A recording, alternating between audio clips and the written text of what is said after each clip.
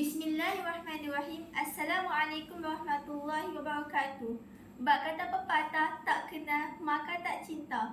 Jadi, izinkan saya memperkenalkan diri terlebih dahulu. Nama diberi Nur Alia Izzah binti Zainuddin dan saya berumur 16 tahun. Saya bersekolah di Sekolah Menengah Kebangsaan Agama Tun Raha yang terletak di Simpang 5, Sungai Besar. Kod sekolah saya ialah BRA 6002. Dalam video ini, saya ingin berkongsi tentang sebuah buku yang syarat dengan nasihat dan pengajaran. Buku tersebut berjudul Bismillahirrahmanirrahim, Sang Penuntun Hati. Buku ini merupakan hasil garapan seorang tokoh yang cukup terkenal, iaitu Dr. Mazli Malik, yang diterbitkan semula oleh Syarikat Penerbitan Jejak Tarbiyah. Buku ini memiliki sebanyak 228 halaman bercetak berserta 48 bab. Naskah ini berkisar tentang perjuangan seorang remaja bernama Ghulam dalam menyebarkan dakwah kepada seluruh penduduk di kota Bumi Adin. Perjuangan yang penuh dengan cabaran dan rintangan ini bermula apabila Ghulam terpilih menjadi pengganti kepada ahli sihir istana, iaitu Shailam, yang sudah semakin tua dan uzur.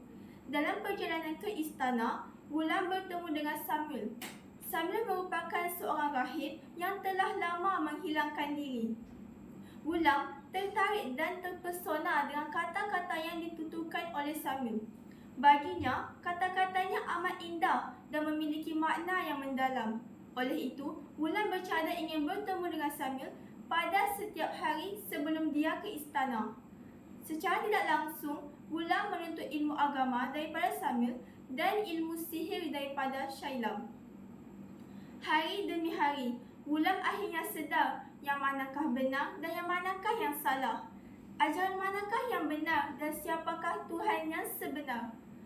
Sejak dari itu, Ghulam bertekad dia ingin berdakwah kepada seluruh penduduk di Bumi Adin.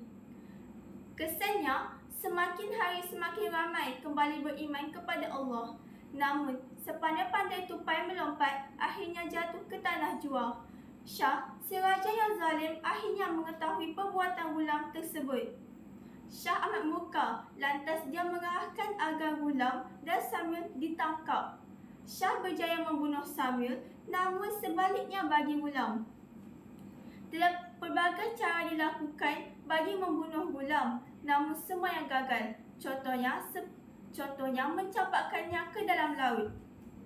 Akhirnya, Ghulam berjaya dibunuh apabila dia sendiri yang memberitahu Shah cara untuk membunuh dirinya, iaitu memanahnya sambil berkata, "Dengan nama Allah, Tuhan si Ghulam."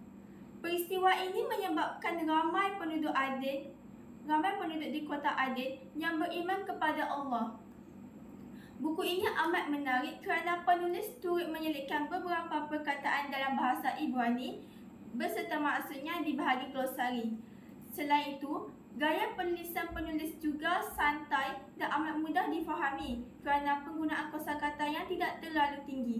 Terdapat juga beberapa ilustrasi menarik yang dapat membantu pembaca menggambarkan setiap watak yang terdapat di dalam buku ini.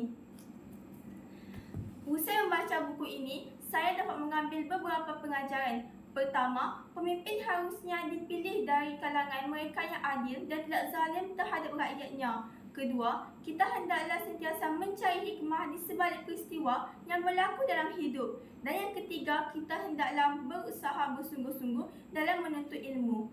Akhir kata, saya amat mengesyorkan agar buku ini menjadi bahan bacaan ketika waktu senggang bagi para remaja dan orang dewasa.